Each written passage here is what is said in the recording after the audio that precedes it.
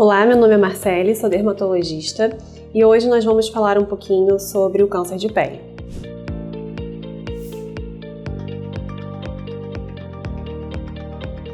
O câncer de pele, segundo o Instituto Nacional do Câncer, é o câncer mais comum no Brasil, representando aproximadamente 30% dos casos. Existem dois principais tipos que a gente pode dividir em câncer de pele não melanoma e o melanoma propriamente dito.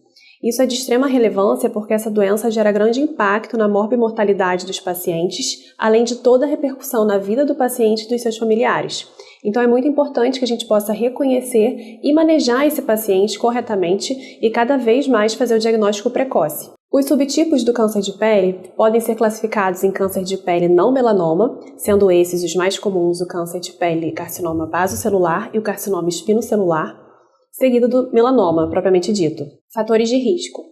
É de extrema importância a gente identificar durante a anamnese do paciente alguns fatores de risco, como o fototipo baixo, com pele, olhos e cabelos claros, histórias de queimadura e de exposição a UVA, a UVB, histórias de bronzeamento artificial.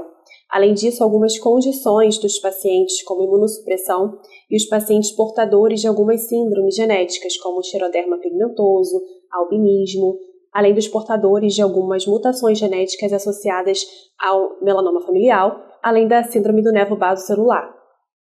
Algumas exposições específicas, como a exposição crônica ao arsênico e a radioterapia, também podem estar relacionados ao aumento do câncer de pele não melanoma. Além disso, a história prévia de melanoma e os múltiplos nevos também podem ser classificados como os fatores de risco para melanoma. Em relação ao exame físico desse paciente, é importante examinar todo o corpo do paciente. Não podemos esquecer das áreas especiais, como couro cabeludo, mucosa oral e genital, região palmo-plantar e as unhas, onde a gente pode ter as lesões também neoplásicas. Em um paciente com múltiplos nevos, a gente também pode aplicar a regra do patinho feio, que é aquela lesão que se destaca, que se difere das demais.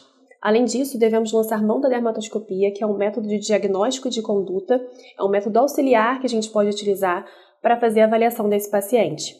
Esse exame possibilita a visualização de estruturas que não são vistas a olho nu, ajudando no diagnóstico precoce dessas lesões. Além disso, em pacientes com história familiar ou pessoal de melanoma, múltiplos nevos ou portadores de mutações específicas genéticas, é indicado o mapeamento corporal total. O mapeamento corporal total é um procedimento que envolve a documentação fotográfica de toda a superfície do corpo, seguida da dermatoscopia digital das lesões melanocíticas selecionadas. Esse exame é fundamental para a detecção precoce do câncer de pele, além da detecção precoce de modificações dessas lesões. Apresentação clínica e dermatoscopia. Clinicamente, o câncer de pele se apresenta de acordo com seu tipo. O carcinoma basocelular classicamente se apresenta como uma pápula ou uma placa eritematosa, perolada, que pode ser ulcerada. É mais comum em áreas fotoexpostas, mas pode ocorrer também em áreas cobertas. Na dermatoscopia, a gente vê principalmente nas formas mais superficiais, telangiectasias finas e curtas, pequenas erosões e estruturas em folhas. Nas formas nodulares mais profundas, a gente pode visualizar vasos arboriformes, ulceração e ninhos ovoides. Já o carcinoma espinocelular se apresenta classicamente como uma pápula ou uma placa ceratósica com crescimento progressivo, podendo ulcerar. Pode surgir em pele sã, mas também pode acontecer sobre uma pele já alterada, como na presença de ceratoses actínicas, lesões de radiodermite, feridas ou até mesmo úlceras crônicas, como acontece na úlcera de Marjolin. Também pode surgir nas mucosas, e na dermatoscopia a gente pode visualizar, a depender do subtipo, do grau de invasão e de diferenciação, vasos glomerulares, de escamação, massa central de queratina, até ulceração e polimorfismo vascular. Já o melanoma pode se apresentar clinicamente como uma mácula pigmentada, em geral marrom, castanho enegrecida, e diante de uma lesão desse tipo, a dermatoscopia é fundamental. A forma que a gente mais utiliza da dermatoscopia é a análise de padrões, onde a gente pode encontrar principalmente estruturas como borrões, rede atípica, estrias, véu cinza azulado, crisálidas e estruturas de regressão. Um subtipo mais raro do melanoma é o melanoma melanótico, e nesse caso ele pode se apresentar como uma lesão rosada, diferente da forma clássica que a gente visualiza como uma lesão pigmentada. E nesse caso, ele pode ser confundido com outros diagnósticos. Então, é importante também a dermatoscopia nesse caso, porque o polimorfismo vascular e a rede invertida podem ser pistas diagnósticas. Na suspeita diagnóstica, é importante realizar uma biópsia.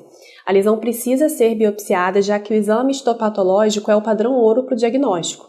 Essa análise anatomopatológica vai definir o subtipo histológico, fatores de gravidade e também análise de margens, o que é fundamental para o planejamento terapêutico. Lembrando que no melanoma, a biópsia ela precisa ser excisional com margem exígua.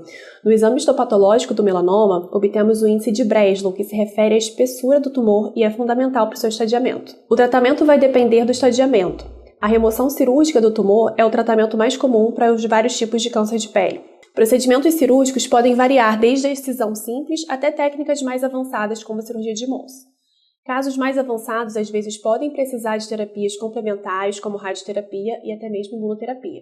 Então, é importante a gente saber identificar precocemente uma lesão suspeita de câncer de pele, a fim de ter um diagnóstico adequado, um tratamento adequado para o paciente e oferecer também um melhor prognóstico, o que vai fazer com certeza diferença na vida do paciente.